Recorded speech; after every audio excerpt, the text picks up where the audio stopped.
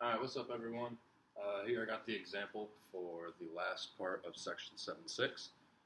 So we're going to go through this real quick because y'all have done basically all of it already. This is just going to be a quick overview in case you're confused about anything. So we've got our system right here, or not really our system, but our list of inequalities. And so my first thing that I had y'all do was to draw these as lines. The reason we're going to do that is just so we can get a feel for what the zone of solutions is going to look like.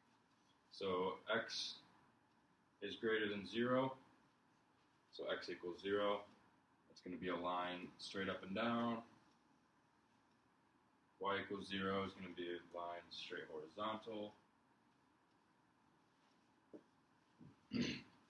And since they're both greater than, we know that this is the quadrant that we're going to be working with, not to mention that that's what the graph gave you. So we know that we'll be working in the first quadrant, and we'll go ahead and graph those other equations quick.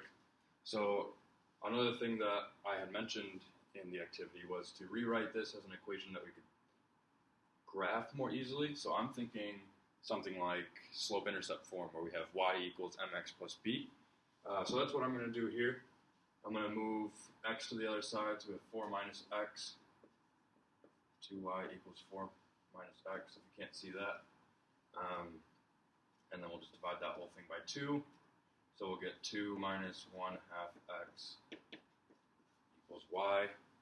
And so that graph is going to start at 2.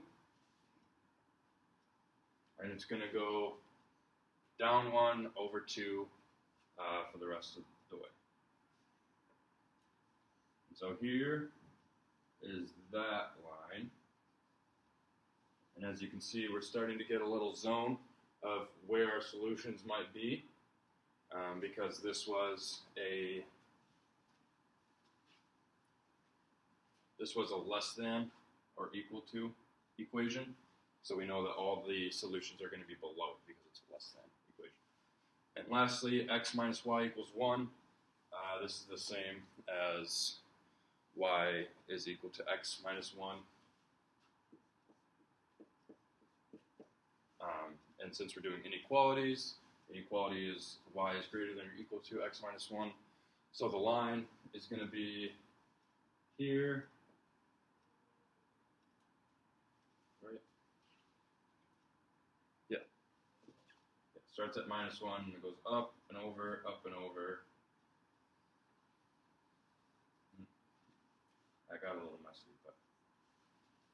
And this was a y is greater than, and so this is going to be above as well. So we need to be right of this line, we need to be below this line, we need to be above this line, and we need to be above this line. The only section in this graph that allows that is this right here. So that fulfills all of the constraints here, and our goal is to find the max value of z.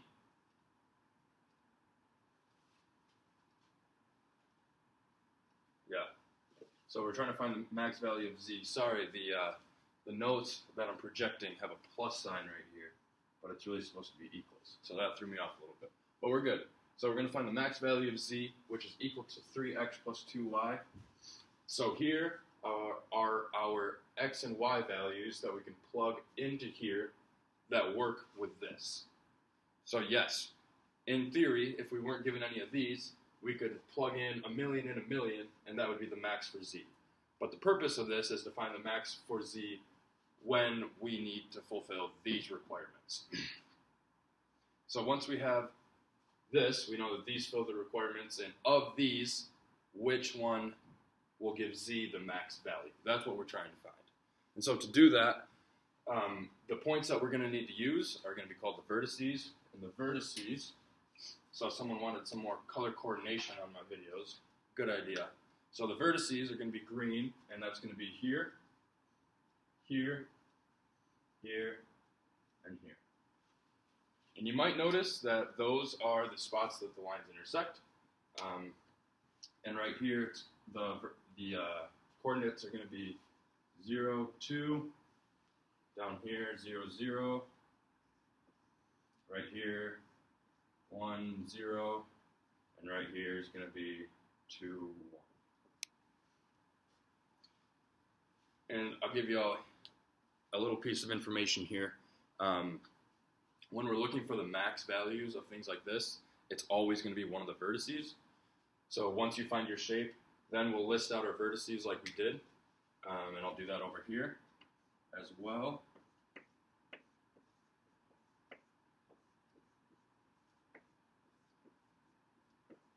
And so now we're trying to find, of these, which one gives z its max value. So to find that, we're going to plug these values into our original equation, 3x plus 2y.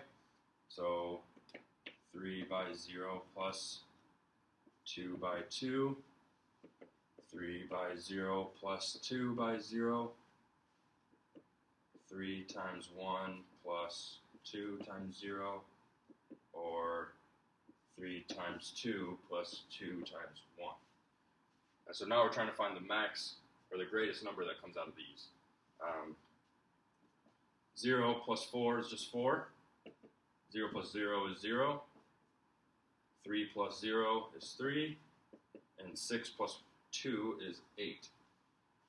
And so, obviously, when we look at these, we see that 8 is going to be the max value for z. So max value z equals 8. And then we'll say that x, y equals 2, 1. And so if we were to check, we would see that 2, 1, the ordered pair 2, 1 fulfills all of these requirements.